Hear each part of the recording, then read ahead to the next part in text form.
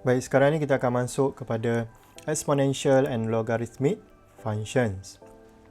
Yang pertama adalah exponential function dulu. So, apa dia exponential function? Dia adalah function dalam bentuk fx sama dengan ax. Okay, x tu adalah real number, a tu adalah constant ataupun kita panggil dia sebagai base, dan x tu adalah exponent. So, kalau kita ada fx sama dengan 3 kuasa 2x, ini still exponential function. Kalau fx adalah sama dengan katakan 1/5 kuasa negatif 5x, ini pun still adalah exponential function. Dan ada satu yang paling penting dalam exponential function, iaitu fx adalah sama dengan ex. E ni adalah satu constant, nama dia adalah Euler's number, dan nilai dia adalah sama dengan 2.71828 and so on. So, banyak pelajar yang silap faham bahawa ini sahaja adalah exponential function sebab E ni, E maksudnya exponential, bukan E ni maksudnya ia adalah Euler's number. Okay? Dan ini bukan bermaksud exponential function. Okay? E tu bukan maksudnya exponential. So, yang ini pun exponential function, yang ini pun exponential function, asalkan dia dalam bentuk a constant to the power of x. Okay? So, saya ulang lagi sekali, bukan ini sahaja exponential function. Okay? E tu maksudnya Euler's number.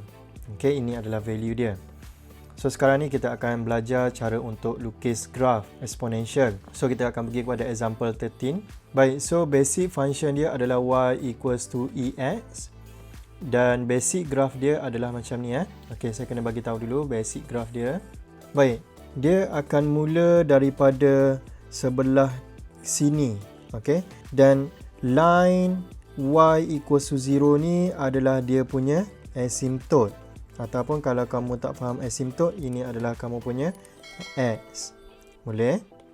So, line y equals to x ni dia tak akan sentuh line y equals to 0 ni. Dia akan menghampiri saja, tapi dia tak akan sentuh line y equals to 0.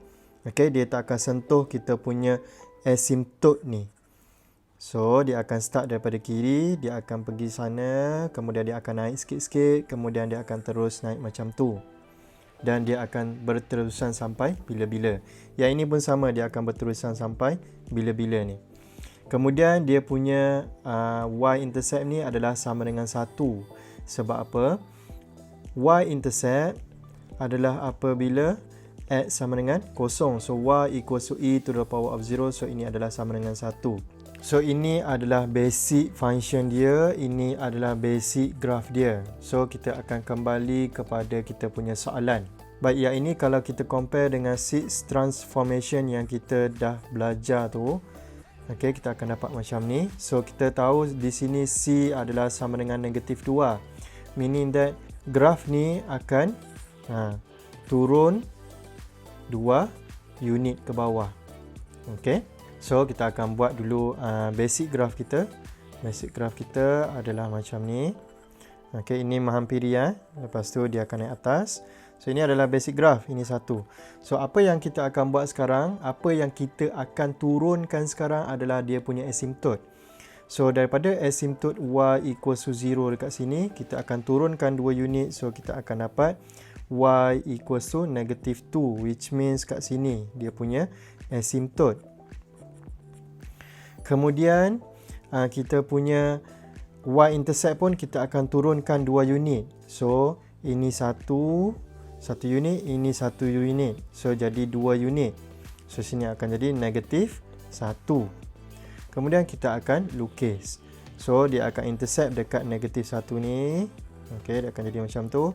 Kemudian ini dia akan menghampiri kita punya asymptote y equals to negative 2. So, itulah kita punya graf bagi fx sama dengan ex minus 2.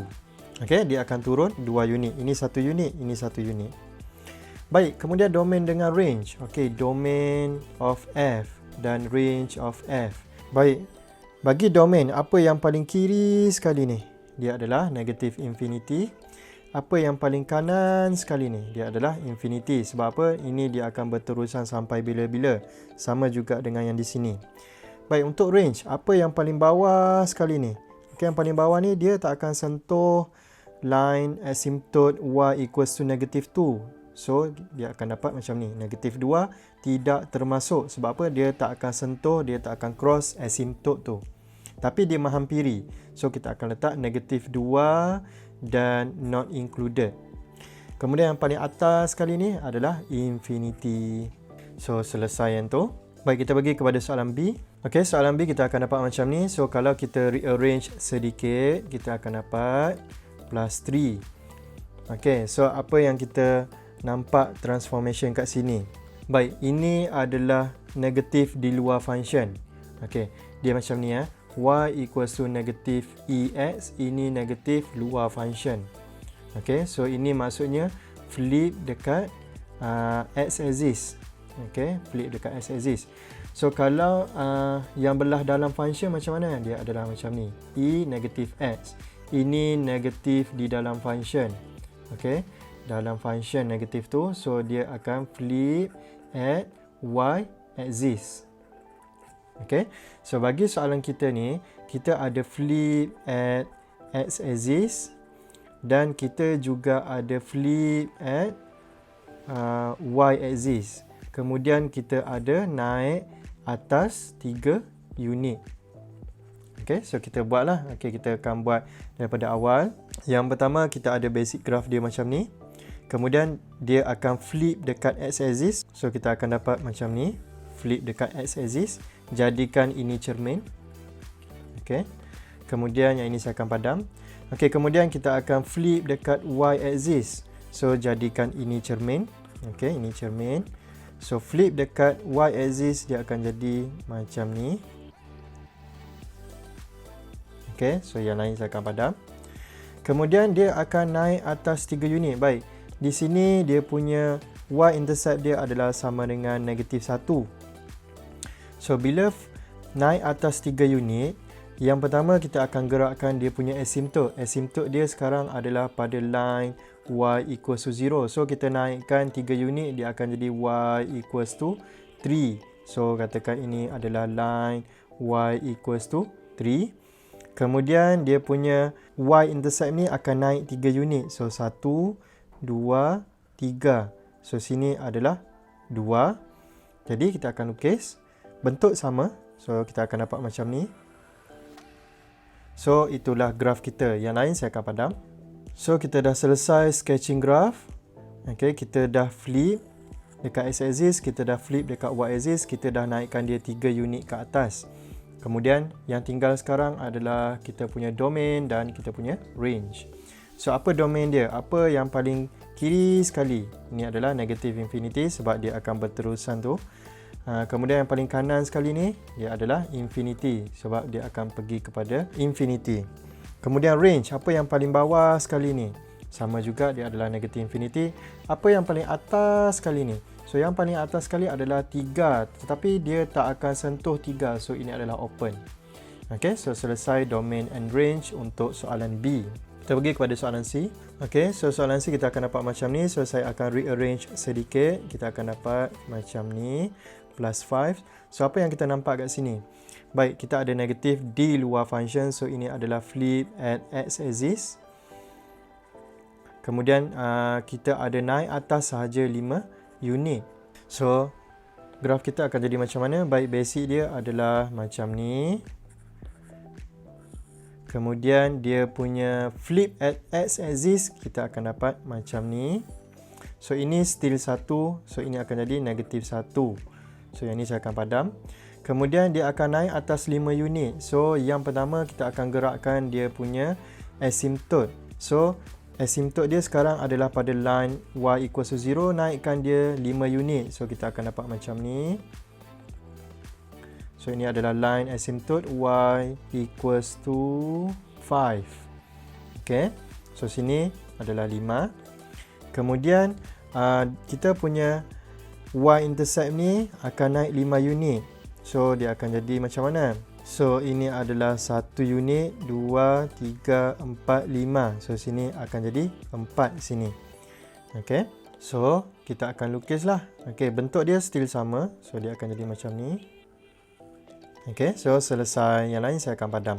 So dia punya y-intercept adalah sama dengan 4. Kita dah cari dah. Baik, kita ada x-intercept sekarang. So x-intercept kita kena cari. X-intercept adalah apabila y sama dengan 0. So 0 equals to 5 minus 3ex. So 3ex equals to 5. Ex equals to 5 over 3. Okay, nak selesaikan ini adalah kita akan ln both side. Okay, so step dia adalah macam ni. Daripada ex sama dengan 5/3 ni, kita akan terus munculkan ln. Jadi macam ni. Ln 5/3, jangan lupa kurungan.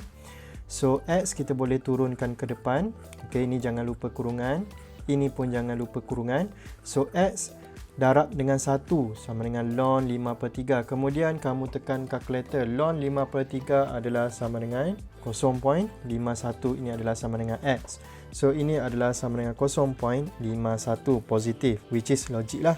So next step adalah cari domain dan range. Okey, so domain untuk F dan range untuk F. Baik, domain dia apa yang paling kiri sekali? Dia adalah negative infinity. Kanan sekali infinity. Range dia apa yang paling bawah sekali? Negative infinity. Apa yang paling atas sekali sekarang ni?